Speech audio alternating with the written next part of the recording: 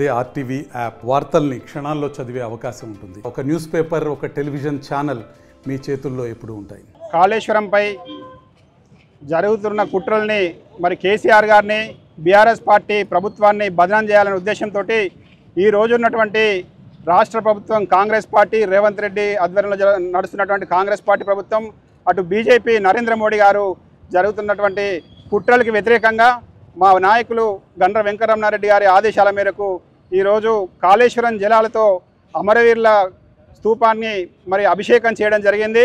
ఈ సందర్భంగా ఆంధ్ర తొత్తులైనటువంటి రేవంత్ రెడ్డి గారి చర్యల్ని తీవ్రంగా ఖండిస్తూ ఉన్నాం. ముఖ్యంగా ఈ యొక్క తెలంగాణకి బద్ద వ్యతిరేకులైనటువంటి నరేంద్ర మోడీ గారు ఆ రోజు చాలాసార్లు చెప్పడం జరిగింది, తల్లిని చంపేసి బిడ్డని వేరు చేయడం జరిగిందని చెప్పేసి తెలంగాణకు వ్యతిరేకంగా చాలా మాటలు మాట్లాడిన నరేంద్ర మోడీ, అదేవిధంగా సమైక్య పాలకు ఆంధ్రకు తెలంగాణకు బద్ద వ్యతిరేకటువంటి నారా చంద్రబాబు నాయుడు తోతైనటువంటి ఈరోజు రేవంత్ రెడ్డి ఈ రాష్ట్ర ముఖ్యమంత్రి అయ్యి వాళ్లకు మద్దతుగా తెలంగాణ రైతులను, తెలంగాణ ప్రజల్ని మోసం చేయడానికి వాళ్ళకు తొత్తులుగా ఈ యొక్క రేవంత్ రెడ్డి ప్రభుత్వం వ్యవహరిస్తున్నా ఉన్నది. అందులో భాగంగానే మరి కాళేశ్వరం ప్రాజెక్టు పైన ఆ రోజు ప్రపంచంలోనే పెద్ద లిఫ్ట్ ఇరిగేషన్ కేవలం 3 సంవత్సరాల్లో గౌరవ కేసీఆర్ గారు పూర్తి చేసి ఈ తెలంగాణ ప్రాంత భూముల్ని, రైతాంగాన్ని సస్యశ్యామలం చేయాలనే ఉద్దేశంతో మరి ఆ రోజు కాళేశ్వరంతో పాటు ఖమ్మంలో సీతారామ ప్రాజెక్టు కానీ, లేకపోతే పెండింగ్ ప్రాజెక్టులు అటువంటి మహబూబ్నగర్ జిల్లా నుండి కల్వకుర్తి, భీమా, నెట్టంపాడు ప్రాజెక్టులు పూర్తి చేసి సుమారు కొత్తగా 17 లక్షల ఎకరాలకు కొత్త ఆయకట్టుకు నీరందించి 20 లక్షల ఎకరాలను స్టెబిలైజ్ చేసి వాటికి కూడా నీరందించడం జరిగింది. ఆ రోజు వ్యవసాయంలో తెలంగాణ రాకముందు ఉమ్మడి ఆంధ్రప్రదేశ్ వ్యవసాయంలో మరి వరిలో 14వ స్థానాలు ఉంటే గౌరవ కేసీఆర్ గారి నాయకత్వంలో మరి తెలంగాణ రాష్ట్రం ఏర్పడిన తర్వాత మరి వరిలో మొదటి స్థానం చేరుకోవడం జరిగింది.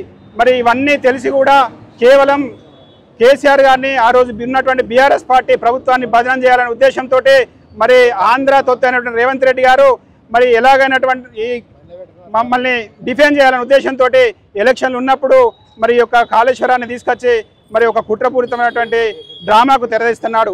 అందులో భాగంగానే మరి కాళేశ్వరం అనేది దరిదాపుగా మరి 93,000 కోట్లతోటి కడితే 1,00,000 కోట్ల అవినీతి జరిగిందని చెప్పేసి వాళ్ళు ఆరోపిస్తున్నారు. ఇది ఎలా సాధ్యం అని చెప్పేసి మీ ద్వారా వారిని ప్రశ్నిస్తూ ఉన్నాను.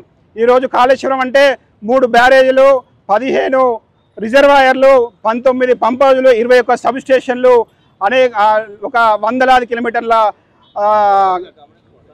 సొరంగాలు ఇవన్నీ ఉన్నాయి.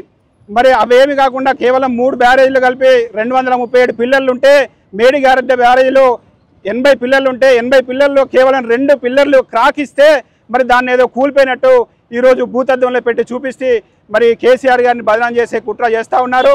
మరి దీనిని తీవ్రంగా ఖండిస్తూ మరి రేవంత్ రెడ్డి గారి ప్రభుత్వాన్ని గద్దెదించే వరకు మేము పోరాడతామని తెలియజేస్తూ, అదేవిధంగా ఈరోజు సిబిఐని మరి కాళేశ్వరం పైన ఒకసారి ఘోష్ కమిషన్ అంటాడు, మరొకసారి సిబిఐ అంటాడు. ఇది Ghosh commission, CBI Ghosh commission కాదు, ఇది పిశాచి గోస్ట్ కమిషన్ అని చెప్పేసి మీ ద్వారా తెలియజేస్తూ ఈ సిబిఐ ఎంక్వైరీ వేయడాన్ని నిరసిస్తూ ఈరోజు మేము ఈ యొక్క నిరసన తెలియజేస్తా ఉన్నాము. జై తెలంగాణ.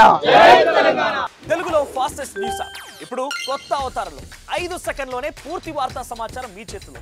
సోషల్ మీడియా ట్రెండ్స్ మీ కళ్ళ ముందుకే live TV and voice search options తో ఇప్పుడే డౌన్లోడ్ చేయండి. యాప్ లింక్ డిస్క్రిప్షన్ లో ఉంది.